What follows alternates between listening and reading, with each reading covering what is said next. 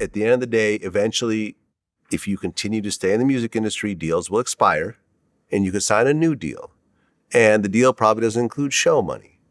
The deal may or may not include features that you get paid for. Like at the end of the day, you have a career now. And listen, to be fair, I've dealt with Mase and so forth.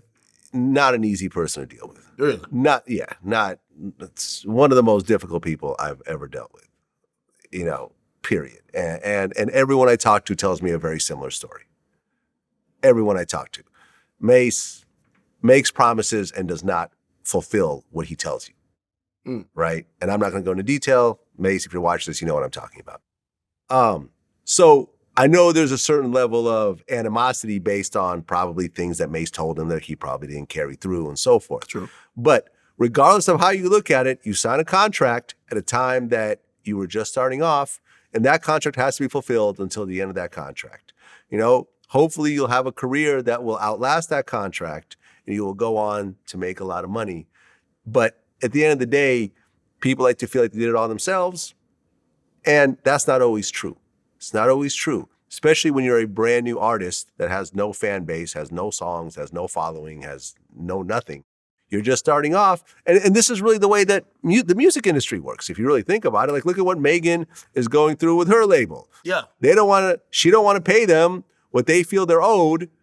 And she tries to get around it and whatever else. And so they're going through this whole legal wrangling and stuff like that. But they're the only ones that believed in her when she was nobody at the time. Vlad, we got to just shoot it straight for all these motherfuckers who are delusional to what the music industry is. The music industry, like if you don't want to have these problems, stay independent. Stay independent. And the reality own your shit and invest in yourself. Right. And the music industry has like a 90% failure rate. It's one of the worst businesses to be in. That's the point. Anyone who signed, I was at SRC Records. You know how many artists they invested hundreds of thousands of dollars in that didn't sell any records? I'm not going to name the names, but you can look it up. Yeah, but this is why, and I remember, right? I'm talking to this big executive who, he was kind of instrumental in me getting my situation. And he said, because I told him, like, yo, man, I tried to sign these two dudes. Like, I'm like, this is too much headache. He said, yo, listen, just sign anybody. This is what he told me, literally. Just sign anybody. And I said, what you mean? He said, listen, this is how we look at things in the music business. One successful artist pays for the other 9 failures. Exactly. And the moment, and the successful artists we're seeing complain, they don't realize that $750,000 that Mase got is probably making him whole for other people he's invested in that just didn't pan out to shit. He gave you $5,000 and gave 10 other dudes $5,000. Right. Right?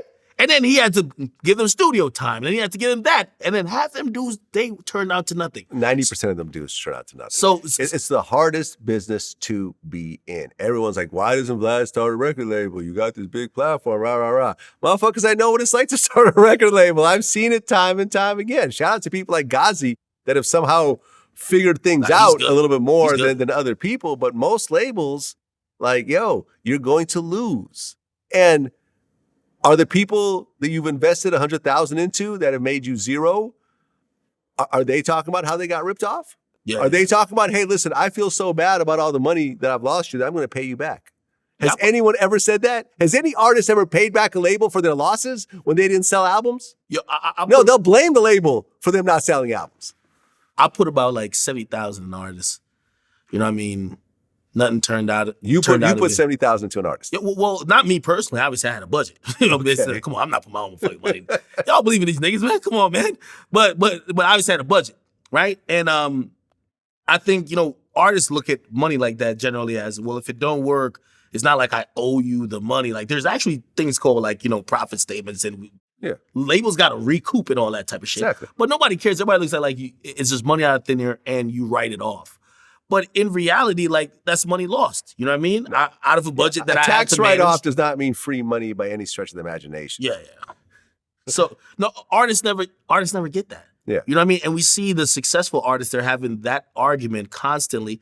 And it's really because, even the argument that, and Fivio is my guy, but I don't even know why Mase was defending this so much. You know why he is though? Because people used to hear about these big advances. Yo, this guy got signed for $1 million. So when you hear 5,000, it sounds like somebody ripped you off. Right. 5,000 sounds like a ripoff only because you're hearing that, oh, this guy signed this gigantic deal. No, like, yo, Lil Pump signed for $30,000. You know what I mean? Like, and was he worth more at the time? No. He was worth exactly that because they were taking a roll on the die. That's what it is. That's it. You know what I mean? And this is the music business. At the end of the day, when these guys are getting all the money, great. But when later on you got to go in debt to, you know, try to finance or market their projects, and if it don't work, it don't work. Like, the music industry is the only thing that you're investing millions in, and it's literally a gamble. That's why you see all these labels. They're trying to control everything. They put a lot of money towards radio because they want control. They put a lot of money towards streaming service because they want control. Like, think about a business where you're putting in billions of dollars and you're like, I hope this goes well.